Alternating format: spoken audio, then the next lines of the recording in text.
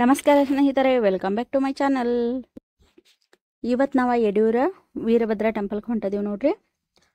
ಈಗ ನಾವು temple reach ಆಗಿದ್ದೀವಿ. ರೀಚ್ ಆದ ಕೂಡಲೇ ನೋಡ್ರಿ, ಎಂಟ್ರಿ ಆಗ್ಬೇಕಾರ ಹೀಗೆಲ್ಲ ಐತಿ.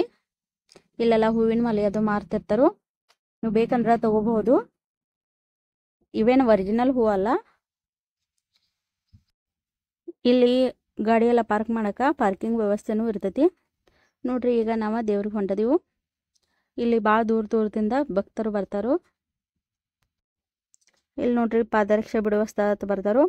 ಇಲ್ಲಿ ನಾವು ನಮ್ಮ ಪಾದರಕ್ಷೆ ಬಿಟ್ಟ ಒಳಗೆ ಹೋಗ್ಬೇಕು. ಇಲ್ಲಿ ನೋಡ್ರಿ, ಪ್ರಸಾದ ನಿಲಯ ಐತಿ.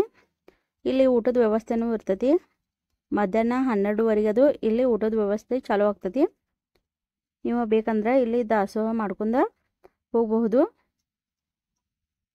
ಮುಂದೆ ಹೋದಂಗೆ ನಮ್ಗೆ ಕಾಯಿ ಕರ್ಪೂರ ಏನು ಬೇಕು ಎಲ್ಲ ಇಲ್ಲಿ ಅಂಗಡಿಗಳು ಇರ್ತಾವೆ, ತೊಗೊಂಡ ಹೋಗ್ಬೋದು. ನೋಡ್ರಿ, ಇಲ್ಲೆಲ್ಲ ಮಾರಾಕ್ತಾರು.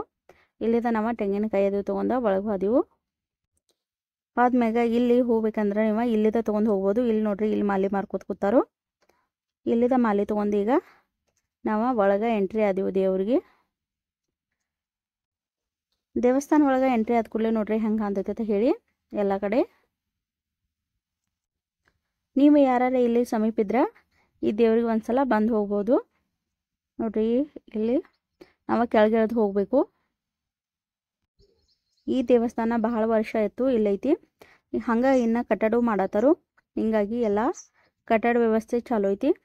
ನೋಡ್ರಿ, ಇಲ್ಲಿ ಸೈಡ ಸ್ಟೆಪ್ಸ್ ಅದಾವು. ಇಲ್ಲಿ ಇಳ್ಕೊಂಡು ಹೋಗಬೇಕು.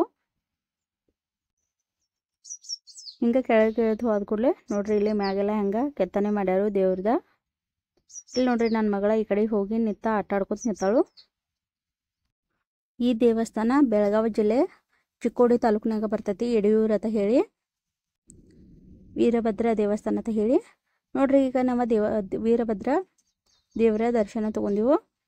ಎಷ್ಟೆಲ್ಲ ಅಲಂಕಾರ ಮಾಡಿ ಹೆಂಗೆ ಎಷ್ಟು ಚಂದ ಮಾಡ್ಯಾರ ಅಂತ ಹೇಳಿ ನಾವು ದೇವ್ರ ದರ್ಶನ ತೊಗೊಂಡ ಹಂಗೆ ಹಿಂದೆ ದೇವಸ್ಥಾನ ಇದ್ದು ಆ ದೇವಸ್ಥಾನದ್ದು ದರ್ಶನ ತೊಗೊಳತ್ತೀವಿ ನೋಡ್ರಿ. ಮತ್ತು ಈ ದೇವಸ್ಥಾನದ ಒಂದು ಕಥೆ ಐತಿ. ಏನಂದ್ರೆ, ದಕ್ಷ ಪ್ರಜಾಪತಿ ಅಂದ್ರೆ ಸತಿಯ ತಂದೆ. ಸತಿ ಅಂದ್ರೆ ಪಾರ್ವತಿ. ಈ ದಕ್ಷ ಪ್ರಜಾಪತಿ ಒಂದು ಯಜ್ಞ ಏರ್ಪಾಡು ಮಾಡಿರ್ತಾರ. ಅವರ ಸತಿಗೆ ಮತ್ತು ಶಿವಗೆ ಆಮಂತ್ರಣ ಕೊಟ್ಟಿರುವುದಿಲ್ಲ. ಆದರೂ ಸತಿ ಇದ್ದಕ್ಕೆ ತಂದೆ ಮ್ಯಾಗಿನ ಪ್ರೇಮಕ್ಕೆ ಆ ಯಜ್ಞಕ್ಕೆ ಬರ್ತಾಳು. ಬಂದಾಗ ದಕ್ಷ ಪ್ರಜಾಪತಿ ಸತಿಗೆ ಭಾಳ ಅವಮಾನ ಮಾಡ್ತಾನು. ಆ ಅವಮಾನವನ್ನು ಸತಿಗೆ ಸಹಿಸೋಕ್ಕಾಗೋದಿಲ್ಲ. ಆಗ ಮುಂದಿರೋ ಯಜ್ಞ ಬೆಂಕಿದಾಗ ಅಕ್ಕಿ ಹಾರ್ತಾಳು. ಹಾರಿ ದೇಹ ತ್ಯಾಗ ಮಾಡ್ತಾಳು. ಆಗ ಶಿವಗೆ ಸಿಟ್ಟು ಬರ್ತೈತಿ ಗೊತ್ತಾಗಿ. ಆಗ ಶಿವ ವೀರಭದ್ರ ರೂಪ ತಾಳ್ತಾನು. ಇದೇ ನೋಡ್ರಿ ಈ ದೇವ್ರದ ಹಿಂದಿನ ಕತೆ. ಇಷ್ಟೆಲ್ಲ ಆದ್ಮ್ಯಾಗ ನೋಡ್ರಿ, ಇಲ್ಲಿ ಯಾತ್ರಿ ನಿವಾಸ ಇರ್ತೈತಿ.